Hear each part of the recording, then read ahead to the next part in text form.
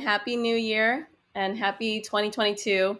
It's January and it's our very first spotlight for Fifth Window this year. And so my name's Charlene Platon, CEO and co-founder of Fifth Window. And we host these monthly spotlight events to highlight nurses, to highlight the diverse profession of nursing.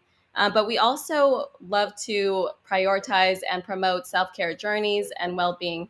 And for today's spotlight, we are going to do things a little bit differently. We are going to focus on the topic of sleep and well being. And so, before we get started, I want to go ahead and introduce our co founders. So, Jillian, do you want to introduce yourself? Hi, everyone. My name is Jillian Littlefield, and I am a nurse and co-founder of Fifth Window. Great. And Kathy? Welcome, everyone. My name is Kathy Schaefer. I am a registered nurse, a co-founder in Fifth Window, as well as a compassion fatigue professional. Great. Thank you, Kathy. And if you do have any questions or any comments that you want to share during this spotlight, we really welcome and encourage your interaction. This will be an interactive session. And as we talk about sleep, which is a really, really important topic right now, especially with so many challenging things going on. So we really want to hear from you all too. And I'll go ahead and turn it over to Jillian to talk a little bit more about sleep. Hi, everyone. So we thought we would discuss sleep today, especially within the healthcare field. Sleep can be a pretty big issue, but in general, many people struggle with sleep. And part of understanding your issues with sleep is kind of identifying what those are, and also understanding the background of the sleep cycle and the benefits of sleep, and also the consequences of not sleeping. So essentially our brains need time to rest and repair themselves, and that's why sleep is so important. And when we're doing shift work and things like that, our sleep schedules tend to be all over the place. And we are not getting, consistent sleep.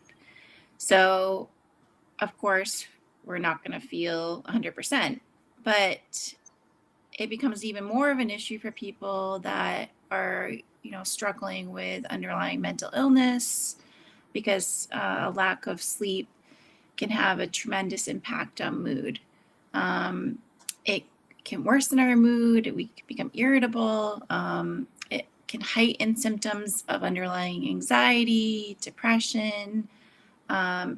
It's especially a huge issue for people that are struggling with bipolar disorder, because disruptions in sleep are often a red flag of an impending period of mania. And then it can worsen when somebody is dealing with mania. It can worsen those symptoms if they're not getting a regular sleep and enough sleep and good sleep. Because you can also get enough sleep, but it might not be good sleep. It might be that you're waking up, throughout the night. So, when we are deprived of sleep, this causes a decline in cognition, which basically impedes our ability to function in daily life. So when we go to work, we might not feel as safe in that work environment, because we're not able to think clearly. We're not as quick. Our mind feels fuzzy. And so because of that, we might make errors, which leads to more stress, that then leads to us worrying, and that also impacts sleep. So it's just this never-ending cycle. So in order to fully understand the benefits of sleep, it's important to know about the sleep cycle. So essentially, there's 4 stages of non-REM sleep that we go through during the night. And stages 3 and 4 are when we are in the deepest state of sleep. And that's referred to as slow wave sleep. And those slow waves are known as delta waves. And this deep sleep allows our body and cells to recover, and it promotes better learning and better memory. Hence why this, lack of sleep can impede our ability to function in everyday activities and especially work. So REM sleep, which stands for rapid eye movement, also occurs throughout the night. And during REM, brain activity increases and there's a loss of skeletal muscle tone, except for our eyes and respiratory muscles because we're still breathing. And this helps us, preventing we're not losing the eye muscle tone, which prevents us from acting out on like dreams during REM sleep. But REM sleep is very important as it helps, regulate our mood, memory, and concentration. So it's really important that we get all these stages of sleep in. During a full night's sleep, we usually transition through 5 cycles of non-REM REM activity. And ideally, the typical adult needs around 7 to 8 hours of good sleep a night. But of course, that can vary a little bit. Everyone's slightly different with what they need or they don't need for sleep. And usually what that amount is. So for example, I definitely need 8 hours of sleep. I know that. I don't do well on less than 8 hours. So a big part of understanding what is preventing our ability to sleep is looking at, and identifying behaviors, habits, and barriers, you could say, that negatively impact our ability to get good sleep. Sometimes we don't even take a minute to self-reflect on what these things are, and we just kind of keep going in this loop of poor sleep, and we're frustrated, but we actually don't take a step back and reflect. So I guess for right now, we're going to take a minute to kind of discuss what those things are for us. And if you have, things that get in your way, you can chime in our chat box. So for me, I stay up too late. I don't have a good set schedule during the week because my schedule is constantly changing. So my body just gets out of whack and I stay up too late, and then it's hard for me to get up. And because I stay up too late, I tend to eat too late. So that can, lead to acid reflux and digestive issues, all things that disrupt your sleep. So I know for myself that not having a set schedule, because ideally, if you don't have a set schedule, you should still try and go to bed and get up at the same time every day, even on the weekend. It just gets your body into this natural rhythm, and it allows you to get better sleep, and you're not having to reset that internal clock over and over again. My husband is really good at doing that. If he's listening. So he has a schedule. He showers at the same time, eats breakfast at the same time, he goes to bed and wakes up at the same time every single day. And he knows when that's off. So for Charlene and Kathy, is there anything that gets in your way? Well, I could definitely relate to what you said, Jillian, about sleeping too late. I used to be a night shift nurse at the bedside, and I mean, I just thrive on staying up all night. It was so easy for me to stay up all night, but when I was working at the bedside, my sleep schedule would be all over the place. And even though I don't currently work as a night shift nurse now, sometimes it's still hard for me to maintain my regular sleep and maintain my schedule of working 8 to 5. And sleeping throughout the night. So I think now it's a lot better because actually my fiance is very similar to your husband, Jillian. He's very set with his schedule. It's really good for me personally because if he's not there, my sleep's all over the place again. But he sleeps at the same time. He wakes up at the same time. Very similar to my cat. So both of them have a very set schedule, and Yeah.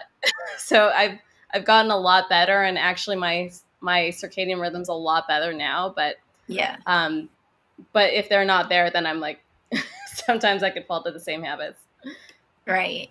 Yeah, I think Hmm. that's a good point. Having someone that kind of pushes you to set that schedule, except it doesn't work for me for some reason.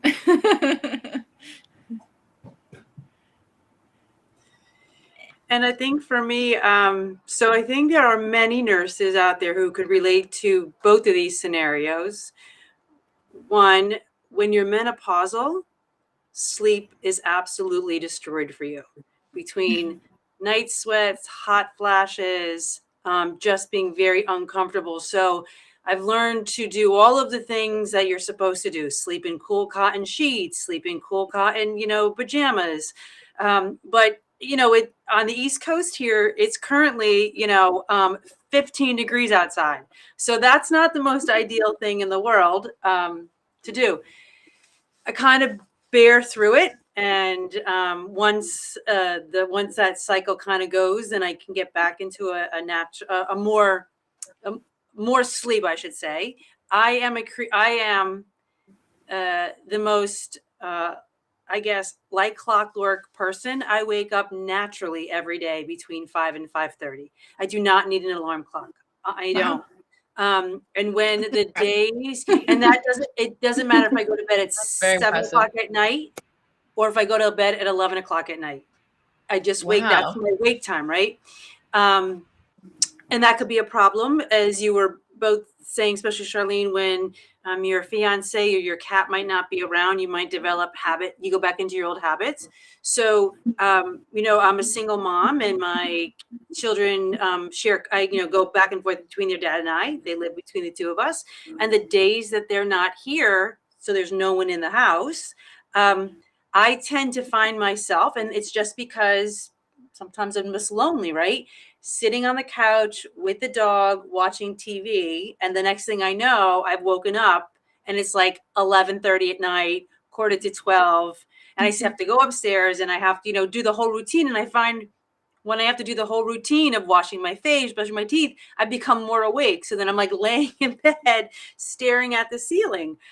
So it's nice when people are with you, and you're right, keep you in somewhat of a schedule, even if it's just to go through the motions. And if you have a rough night's sleep, at least you're right, you keep on schedule and you stay on schedule. So it sometimes it's good and sometimes it's bad.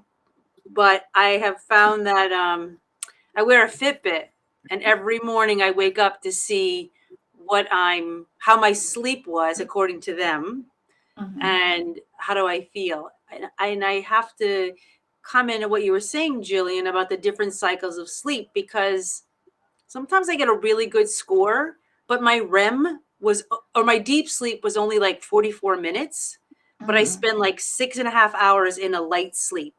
And I Mhm. was like, is that enough for my brain to rest and rejuvenate? I don't know. Yeah. Yeah, the Fit I think that's a good point though about the Fitbit and those devices, because they can be really helpful to like identify, if you're having issues with sleep versus which I'll mention in a couple minutes, but another thing is like keeping a sleep diary, which is I guess kind of old school in this age, but I think it's still beneficial because you can really like identify every day in the morning if you slept well, if you didn't sleep well, and maybe what contributed to that. Because I think just talking about this right now is a lot of people just don't even take the time to take a step back and really think about these things. They like might go to their doctor and ask for medication, which is fine, and some people do really need that. But actually, sleep hygiene is like the number one intervention above and beyond medication.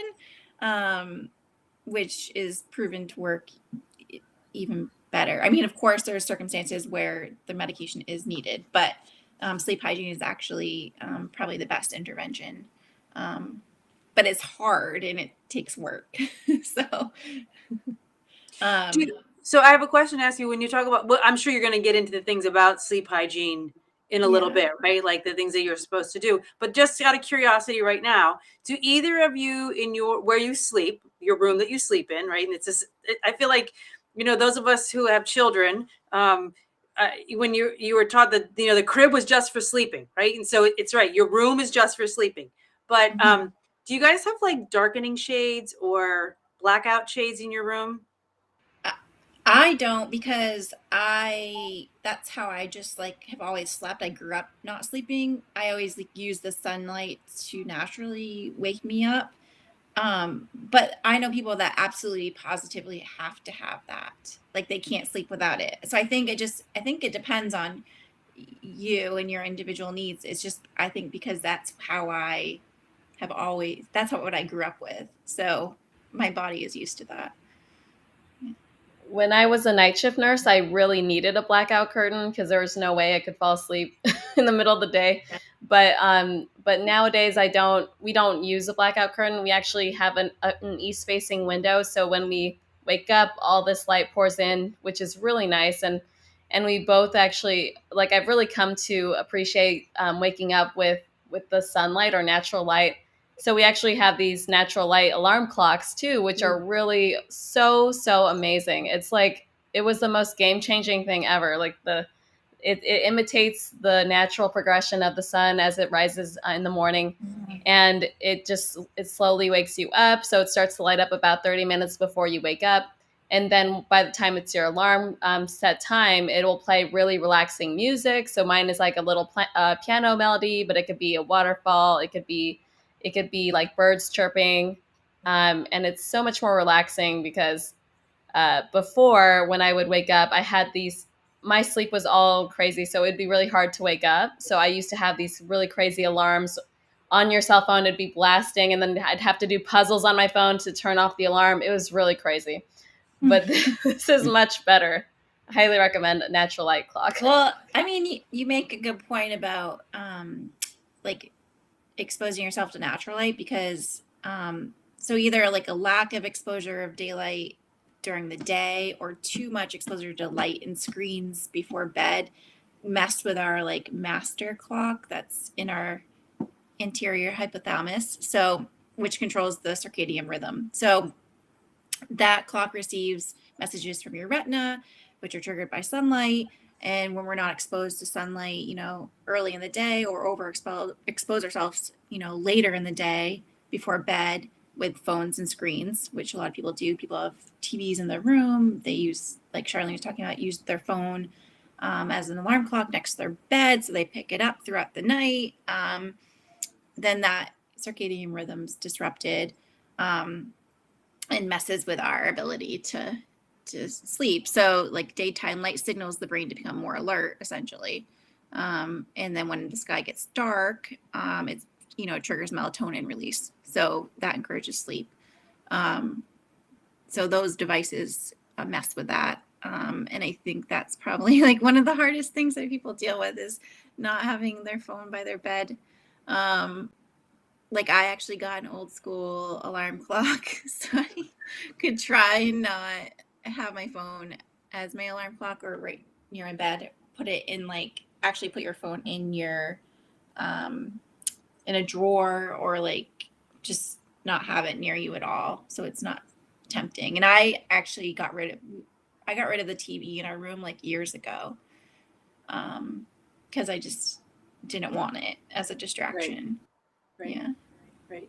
Well, the reason why I asked the question about the blackout window is because whenever I don't have a blackout window, I have an east facing window. So and it's lots of sunlight comes into the room, and the curtains that I have are relatively lighter, so the light comes in much faster, and I don't put down the shades at all.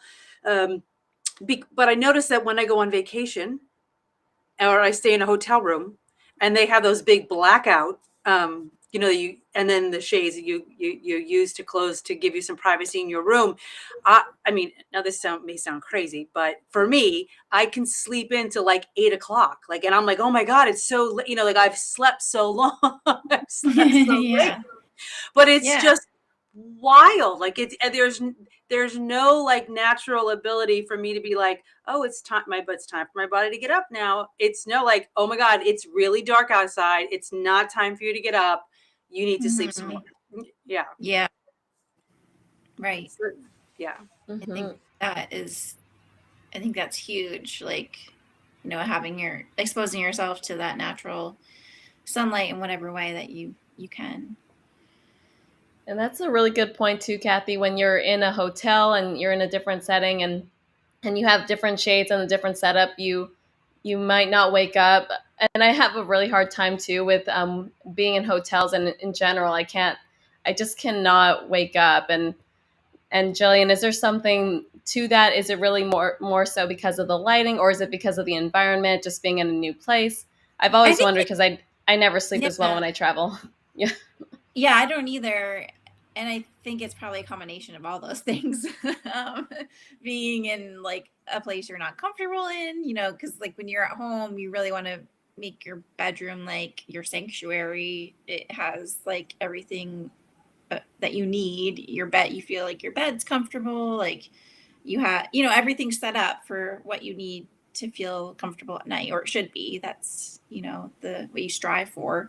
So when you're in a unknown place, that instantly just puts me in a different mindset. So I think that's part of it. And then like Kathy was saying, they might have blackout curtains, and it just everything's different. They have a TV in the room, so in your bed, in front of your bed. So I I think there's a combination of all those things. But that is a good point, especially for people that are traveling for work. I think that anything that you could do, like maybe you could bring that alarm clock that you have with you that does like natural sunlight, um, and think anything that you can do to make it more comfortable. Um, yeah. Oh, I was just, I never even, Julian, I never even thought of that. I'm thinking about all the travel nurses, like their Yeah. sleep is already disrupted, probably because of the reason why they have that assignment, right? Let's be honest. COVID has really ruined a lot of us in our sleep because we're stressed about Mhm. work and what's been happening, and family and trying to homeschool. But if you are someone who has you're a travel nurse and you've taken an assignment in a new town, a new place, you're absolutely right. Like that's a totally different environment. So add that stress onto trying to get Right. sleep. Right. And I think there's a lot of other things too, like especially with like being extra stressed during COVID, people are turning to substances. And especially if you're out away from home and you're out with people too. I know we're not able to really go out and about as much anymore, but if you're drinking, alcohol disrupts sleep, and it causes people to wake up during the night. So that, and also long-term marijuana use, people think it does help with sleep, but it actually can interrupt your REM cycle. So like all of that's like a big misconception with marijuana, is that a lot of people use it chronically to induce sleep, but actually it can ultimately hinder sleep. So I think of substance use to cope is also an ongoing issue for a lot of people right now, turning to that. And then that's, of course, worsening sleep. And then it just worsens, your mood and your ability to cope in daily life. Um, so a lot of things kind of coincide, I think. Um, and then another, I think, big one with the stress of what's going on is just laying in bed and worrying at night, and like Mm-hmm. staying up with those thoughts and not being able to turn off your brain at night is a big one. I think I hear all the time, actually, that people just are laying there with those thoughts, and the more you think about it, the worse it gets, and then you're kind of stuck in that loop and it's hard to get out of. So for me, I'm like a big list maker. So I think writing things down for me helps me to kind of get out of my head. So that's always something that tends to work at night, just setting like an hour aside for like your wind down period, and like making a list of things that you're thinking about and like saving that for the next day can help.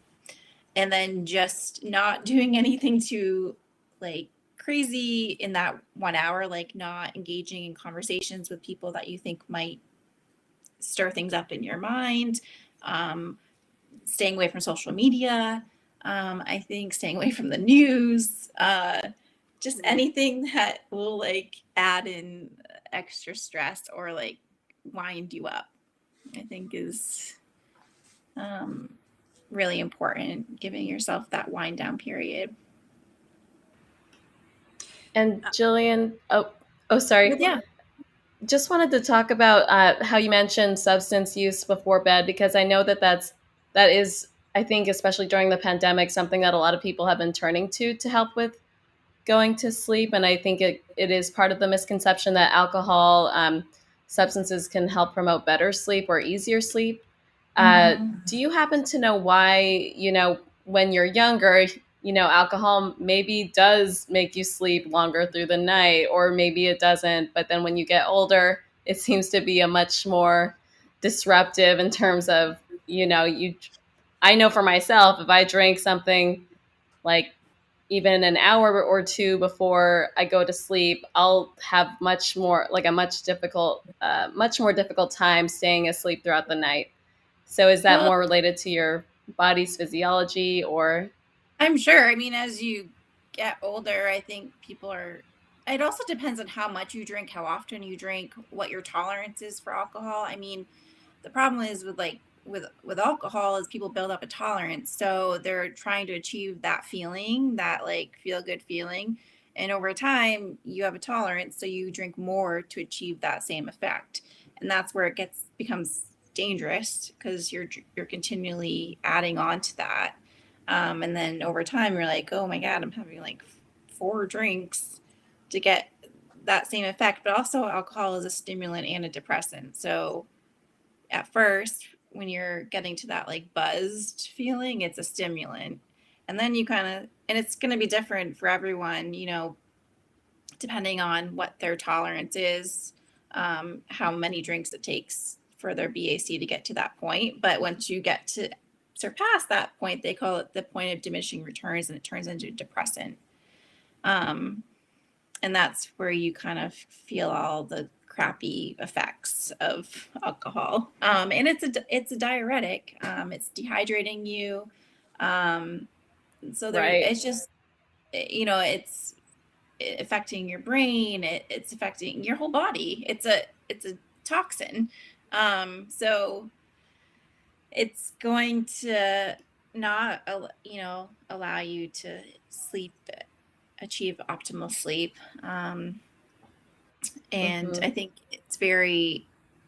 that really depends on the person and what they're struggling with in relationship to alcohol. Really looking at it as, why are you using it? What is it doing for you? Right. So I don't know if that answered your question, but No, I think yeah, there's a that's lot of really. I think there's a lot of different pieces to that puzzle. Like I don't think there is um I think it's complicated. I think substance misuse is a very complex issue. I think there's a lot of risk factors, looking at family history. Is this something, like just kind of taking a step back and again, looking at what your risks are, why you're using, what is it doing for you? Do you like yourself when you're Mm-hmm. drinking? Do you like how you feel the next morning?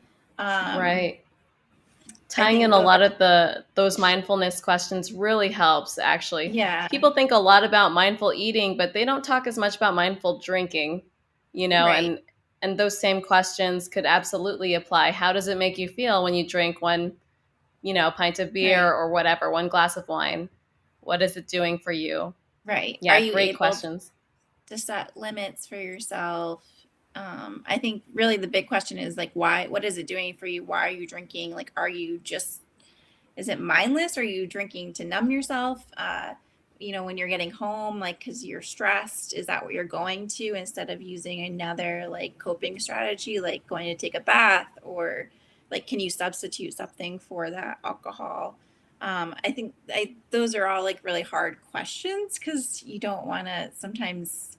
I think it's hard to come to terms with like why you're using something that can be harmful, especially if you have a family history of alcoholism or substance misuse. It can be a really um, traumatic thing for someone to even remember what other people have gone through in their family or friend group. So then coming back full circle and looking at themselves it just brings up a lot of things. So I think talking with people, reaching out is always important in those circumstances. So talking to your doctor or talking to other friends who have struggled. I don't know. I think peer support and relating to that is really, really, really important. Not feeling isolated and alone, which can also drive the substance misuse as well. Hmm. And we do have a number of comments and questions coming in, which are really great and related to what we were just discussing. And the first question from Annie says, "Do you recommend any sleep aids such as melatonin?" And then a second question from Margarita, which is similar. She asked, "How does sleeping aids like zolpidem, Lunesta, and trazodone affect sleep?" Well, I'm not a doctor, so I wish I could give you recommendations in regards to that. I think that's highly individual, and it really is something that you would have to go to your doctor about. And they, just make sure you ask all the questions. What are the side effects? What are the risks of long-term use with this? Can I become reliant on this?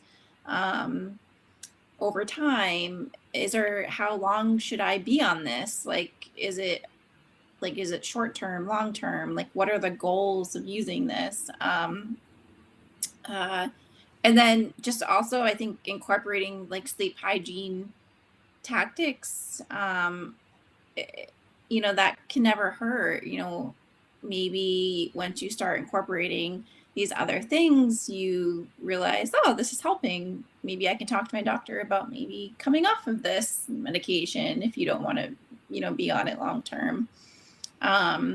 So a lot of the sleep hygiene things are like we talked about, challenging those like automatic thoughts, and not sitting with those thoughts at night, having a wind down period, um, using your bed for only sleep, not anything else, not having electronics near you, um, exercising during the day. Um, don't sit in bed if you can't sleep. Get up and do something that is relaxing, not stimulating. So don't go sit in like a bright light, but and don't go watch TV, but maybe read a boring book, like something that's not going to activate you. Make sure your room is comfortable. I think always making sure it's somewhere you want to be and sleep and you feel safe, and that's always very important. um avoiding substances before for sleeping. Avoiding like I do, I'm not good at this, so don't eat before you sleep. Have a schedule, go to bed, get up at the same time every day no matter what. So those are all sleep. Do you have any more to add, Kathy or Charlene? Those are all sleep hygiene tactics. So you talk about eating, but actually, there's great research now that shows gut health is linked to our sleep patterns and how we sleep. So, disruption in the gut health is something to take care of. And you mentioned about not eating. Um, but there is something too about eating before sleeping, so that, because there are some people who wake up around, that 4 or 5 o'clock, because actually they think they can't sleep when actually they're actually hungry. So Oh.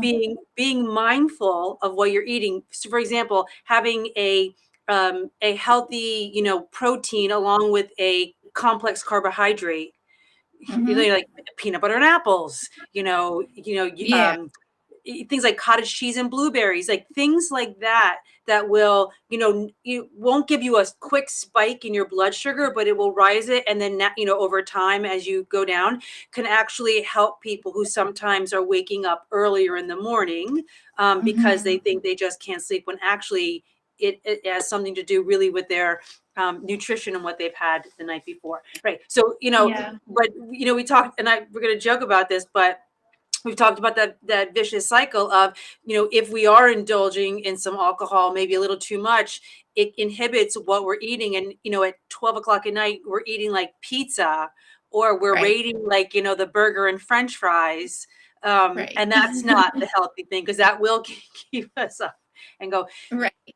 yeah. Yeah. But the other, yeah, I think it's.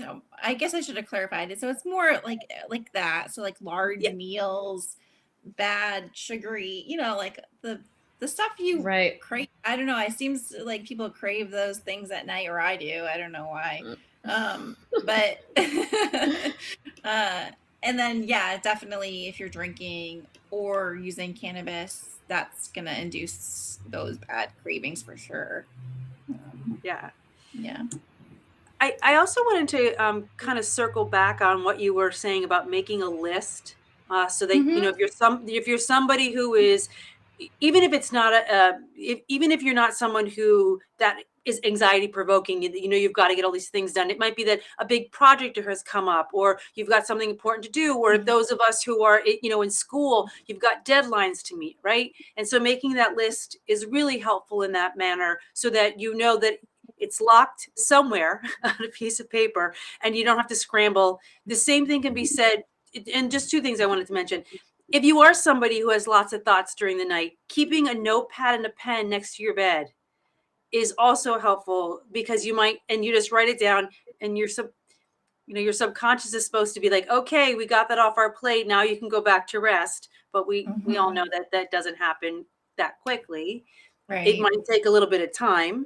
And the other thing that you were talking about, making that list, I find that sometimes when we are maybe overwhelmed about what was happening that day, like, I don't know about you guys, but I remember when I was working at the bedside, and I would come home and I could still hear bells. I could still hear alarms going, and like it was, really quiet.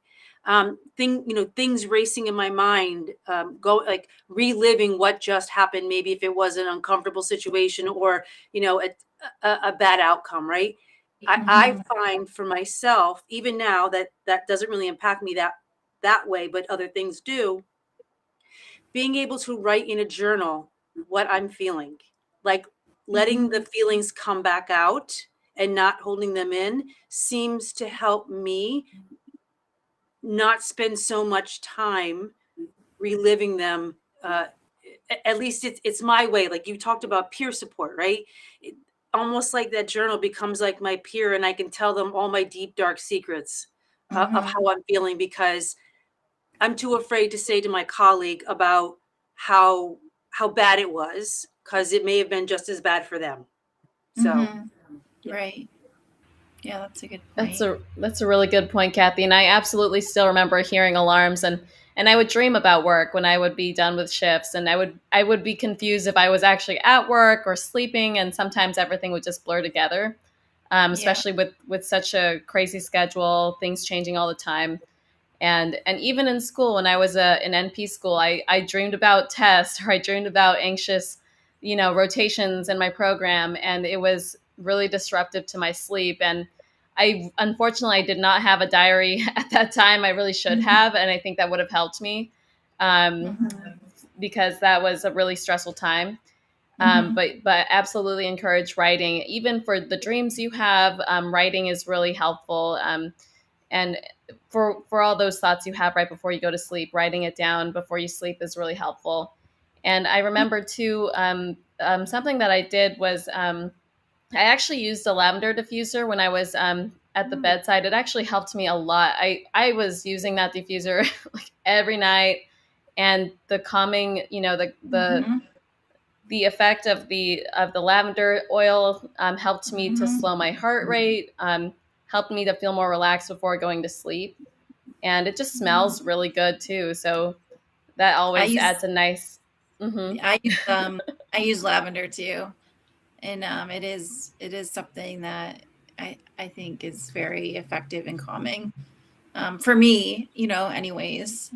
And I think the hard part with all of these sleep hygiene sort of interventions is like identifying what's working for you. So I think that is like the whole point of, if you can, like if you Google a sleep diary, I think that is really helpful. So you can try these things out and then document Mm-hmm. like the next day how you slept. Because you won't, sometimes, again, we're not always self-reflecting. So this kind of pushes somebody into that mode where they will, try these things out, and then they can identify, on what day, oh, I used this on this day and I slept really well. So like, understanding what works for you and what doesn't, I think is really important. And keeping track of that, it could just be for a week that you keep that diary, and then you implement those same sleep hygiene tactics after that. Once you identify what's working, I think is really important. Mm-hmm. And there's also a lot of, Absolutely. you can Google sleep diaries, but also Google sleep hygiene, and there's a lot of lists of recommended sleep hygiene interventions. So you can kind of keep those two things on hand as reminders. Mm-hmm. Mm-hmm. And one of my additional favorite sleep hygiene, um, uh, uses, or tactics, I guess, that I use is meditating before I go to sleep. And it's really only 5 minutes. So I take 5 minutes before I go to sleep and 5 minutes when I wake up to meditate. And Mm-hmm. that has actually been super, super helpful in decreasing my anxiety. Sometimes I would actually have panic attacks throughout the night, and it would keep me up until like 2 a.m. But then it wasn't until I would really take the time to ground myself and intentionally deep breathe and meditate that I started to feel a little bit more of that relaxation. Of course, everyone, just as Jillian was saying, it's individualized to each person. So finding what works best for you, is really helpful. I just think that for me, when it came to meditation, it really shifted my mindset so that I could be in a different state of mind right before I go to sleep. But Mm-hmm. actually, writing would also help. So I'm going to try that too. Yeah. I mean, I think a lot of people also get into that mindset where they think, oh, I'm never going to sleep well. So then they, just, it's like this negative, you know, constant cycle of thinking that way. So that just leads to you not thinking well, because you're just stuck in that mood and that mindset. So I think reframing those thoughts, to like say, I'm trying to, implement these changes, and you're trying, and then you're actually doing, so you kind of move yourself away from that kind of negative thought process, which a lot of times prevents people from getting good sleep, honestly, because they're not implementing these small changes over time, because they're just kind of stuck in that cycle. So our mood really drives the behaviors, honestly. Um, and I think that I can relate to that. If you're not feeling well, if you're in a bad mood, you don't want to do anything. Or I don't want to talk to anyone. I don't want to do anything. I just want to lay on the couch. So just trying to move away from that, do the opposite of that. I think really makes a big difference. And then, if you are having other negative thoughts, kind of just reflecting on, is this like a distortion? Is this real, or am I having like a cognitive distortion? I'm thinking about it in a distorted way. So like, what is the evidence behind that thought? What is, the worst thing that could really happen, or most realistic thing that could happen based off that thought? And how is that thought impacting you at that time? So really kind of reflecting and putting things into perspective. A lot of times we have that black and white thinking, all or nothing thinking. And that, again, just kind of drives that negative mindset. Absolutely. And I do want to acknowledge some of the comments in the chat as well. Earlier in the chat, Farah said this is an important topic for new graduate nurses since they're under a lot of stress. Rachel commented, love the before you go to bed ritual of making a list of what you're working through and afraid to forget.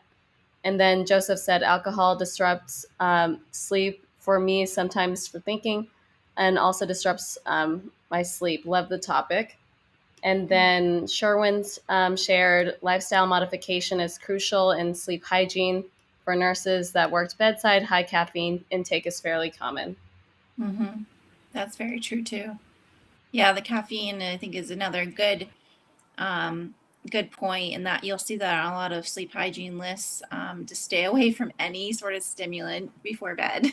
So, coffee, black tea. If people take stimulants for ADHD that they're prescribed, I know that, again, that's highly individual, and it's a conversation based off whatever they talk about with their doctor, but obviously that it keeps people up. And those are abused too. So I think that's something just to consider in general. So anything that's a stimulant, any substance. Absolutely. And I want to ask the audience, is there anything that you all want to share about your sleep hygiene, anything here that resonates with you that we've talked about that you use for yourself when you do have your ritual for sleep? If anyone wants to share, feel free to write that in the comments or in the chat, whether you're on LinkedIn, Facebook, or YouTube. I think also another thing is like daytime napping for people, where they, especially if you're kind of like have weird shifts and you nap. I think that is another thing that can get in the way of getting good sleep, because if you accidentally nap too long, then you're not going to be tired, and then that just messes up the whole ability to sleep and fall asleep at night. So limiting naps, and making sure that you don't sleep too long during the day, whatever your day is. If it's a night, or it's going to be different for whoever, what their schedule is. But I think, overall, the benefits of implementing these things, these tactics, and considering what's going wrong with your sleep is really beneficial, because your mood improves, it decreases stress, your health improves. It showed to improve immunity. You have better function in daily life, so you're able to better pursue your goals, because your concentration, memory is also improved. So there's so many things that getting good sleep, restful sleep, can do for us. I think we forget that there's so many good benefits. So I'm the oldest of all of us, right? And I always say that I am, but and when you're younger, you don't realize, because you're like, oh, I can handle it. I can miss a few hours here. I can miss a few hours there. But as you get older, missing a couple hours or even disrupting like one night can throw off several days later. And it's really hard to like get that sleep back. And you're just you always feel like something is missing, and you're like, oh, okay, one more day I'll sleep 8 hours, one more day I'll sleep, and then you're like, okay, I've slept now 5 days in a row, like 8 to 9 hours, and I still don't feel like myself. Yeah. So I think yeah, that's a good point too, because there is no people will say, "Oh, I'll catch up," but really there is Mm-hmm. no, that's not real. You can't catch Yeah. up. um so I think that's Mm-hmm. a good thing to remember, why having a routine is so important. Um and just to get, I guess, a little more sciencey again, but when your sleep is impacted like that, it does affect our hormones too. So yeah, there's like there's hormones called leptin and ghrelin, and those tell us when we should eat. And leptin tells us when we're full, and ghrelin triggers our appetite. So when we don't get enough sleep, the leptin falls and ghrelin increases. And I might be pronouncing these wrong. I feel like I always pronounce these wrong, but so that impacts snacking and weight gain, and less sleep causes the body to release less insulin too. So there's like um, a lot of consequences of poor sleep. yeah, yeah. And I think And with the oh, sorry. I'm I sorry, was I'm sorry. Go I was ahead. just going to say really quick, if you do want to maintain a sleep diary, it would be really interesting for you to track how many hours you slept and how you felt the next day. And if you kind of keep that throughout the day, that'll help you find out how many hours of sleep you really will need to feel really well rested. Yeah. But that's something I've done in the past, and it's really eye opening to see. I mean, it's you would think it's common sense, but a lot of people don't think a lot about how much the hours of sleep really impact the nature of their day. Or just like what Kathy was saying, you could be thrown off for a whole week and you're like, why am I so off? And it's like, oh yeah, because I pulled an all-nighter like a week ago. Right. Yeah. And then people think, oh, I'm going to sleep 10 hours the next Yeah, day to catch up, but that doesn't work, because then you can't sleep because you're sleeping too much. So then when you go to sleep at night, you're going to just stay up because you can't fall asleep. So there's no like you can't catch up, per se. You're just going to feel out of whack. Yeah. yeah. I was just commenting right when you were talking about the whole disruption in sleep disrupts the hormones, which disrupts all of the other, and it's a vicious cycle, right? And Mhm. again, I think about all of the things that are on and all of the things in social media about this time of year, about getting your weight under control, going back to the doctor. Are you meant? Do you have the menopausal 40? Like all those things. And one of the big things they all talk about is making sure you have adequate sleep. And adequate sleep for me is not the same amount of time for you. And it's not the same amount of time for Charlene, right? But we all know less than 5 is not good, right? So we need more. And people who work shift work, that's very tough, especially when they rotate shifts. So it's all these things really do. You kind of have to keep an Yeah. eye on each piece. And listen, and we understand that right now, for some of us, we are living moment to moment to moment, right? And so yeah, it would be great to do all the things that Sherman commented in. They're great tips for us, right? But we might not be able to do that. So, Jillian, if there was one thing that you said that we should focus on, right? Like we would love to be able to not have caffeine after 6 and take a warm shower and be able not, don't drink any, and go to all those great things, because we know that it really does help, right? Mhm. But for some of us, like I said, we're living day to day. And I'm just Yeah. wondering, what's one thing that maybe if it's the one thing we start to focus on mostly, what might that be? I mean, I I think if you are, okay, I'll name two, because I think if Okay. you if you are having issues with substances, I think that is huge. I think it affects your entire life. And that, I think, just if you're able to reach out for help, as hard as that is, I think that is always number one. Um, and then the second one, I think, is making sure your room is somewhere you want to be. I No. think If you don't want to be in that room, then that is like an automatic turn off. You're not gonna want to sleep there if you don't even want to go in there. So just making sure that your room is a safe place, it's comfortable, it's serene as much as you can make it that way. And it's just a place you want to be. I think that is, for me, number one. But again, this is individual. So I think for Kathy, what would yours be? So for me, I definitely think making the room someplace you want to be. And it might be all those pieces that Sherwin has, those great pieces that he put in there about, it's close to my bathroom, that it's dark. In the corner of my room, I actually have a meditation corner, right? The walls are pretty. Charlene mentioned lavender. The smell of lavender on my pillow is something, right? So I think for me, it's making the place that I want to sleep my place that I want to sleep, because it is relaxing. That my comfort, for me, I have a pillow that you can flip it over, that one side it's so cool, because and the other side I need to have. But yeah, that would be you're right. I agree. And with some you. people can't. Some people need a fan. Yeah, exactly. They need white noise, right? Yeah. Mm-hmm. Yeah.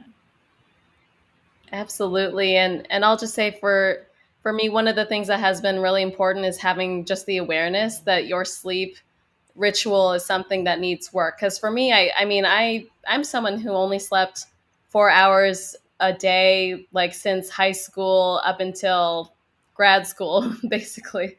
And so I've just chronically not slept a lot. and, and so I only realize the importance now, like working professionally, how important that impacts your productivity and how you show up at work. And so I think just having the awareness was really crucial, and being mindful of the practices that you have before bed and the consistency of those rituals before bed, just like what everyone has talked about, that has been really game changing, and just having the appropriate setting for that. So I think that's probably my top, is really the awareness. Yeah, I agree. That's kind of where you have to start, right? Is just being more aware in order to make the changes. Yeah, and I think it's difficult because when you're younger, you can, probably get by. Like I had for so long, I got by with such a little amount of sleep, and then as you progress and in your life, it's not sustainable. So it was hard to cope with that too. But I think having the acceptance that it's okay to, to take care of yourself and to do what you need to do. You don't have to keep pushing and pushing and sleeping as little as possible to try to be more productive, because actually it's very counterintuitive to do that. So that was something that took some time, but it was game changing. Right. Yeah, because you really become less productive. Yeah. Yes, and I learned that the hard way. Yeah, that definitely happened. But thank you so much, Jillian, for presenting this information, for presenting a lot of the great recommendations for sleep hygiene. This has been such an amazing talk, and I really appreciate Kathy for your insights and for sharing your experiences with sleep. And thank you to all of our audience members for sharing your experiences as well. You all had great comments and questions for today's session, so we really appreciate that. And I just wanted to say, as we wrap up this conversation for today, we host these monthly spotlights, so we will continue to have monthly nursing spotlights, and we'll target multiple areas of wellness for the future. So please stay tuned for that. And I also wanted to say that Fifth Window is working on a lot of exciting things for this year, for 2022. We are going to be presenting at the Healthcare Burnout Symposium in San Francisco on Monday, January 24th, for one of their pre-conference workshops. It's titled Caring for the Caregiver, and I'm going to put the link right here. If you're interested and you'd like to watch us, you could join and watch virtually, or you could join in person. And it's at stophealthcareburnout.com, that you could see on the link here. And you also could follow us on social media. We have a lot of different ways that you could follow our platform, and all those links are on Linktree. So if you visit linktree.com/fifthwindow, you could join our multiple platforms, and you could also subscribe to our newsletter. And we have really exciting news, and we actually will be launching our app, our Fifth Window app, is going to launch officially on February 8th, 2022, in just a few weeks now. And it's to celebrate our 1 year anniversary as a company, a nurse-led company. And it's been such an exciting experience to work with such amazing nurses and to build this community where we could really talk about wellness and have this safe space to share. And so please follow us on social media and visit our website. It's fifthwindow.com, www.fifthwindow.com, to learn about our launch, to join our app. And if you're interested, just reach out to us as well. And lastly, we have our GoFundMe. So if you'd like to support our mission, you could absolutely contribute to our GoFundMe campaign, which the link is here. And you could just search on the GoFundMe platform or go to gofundme.com/f/fifth window. So just wanted to put those plugs in. We have a really exciting year. But thank you all so much for joining us today and for being part of our community. We really appreciate it. And any last words, Kathy or Jillian? Just want to say thank you for everyone that has joined us during these spotlights and continues to support us and contribute to our mission. We really appreciate you.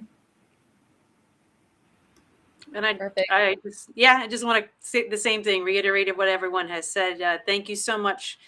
We really appreciate the comments that you shared with us, all of you, on different aspects of trying to really work on our sleep, because we know how important it is, especially during this time and these times that are ahead to come for us.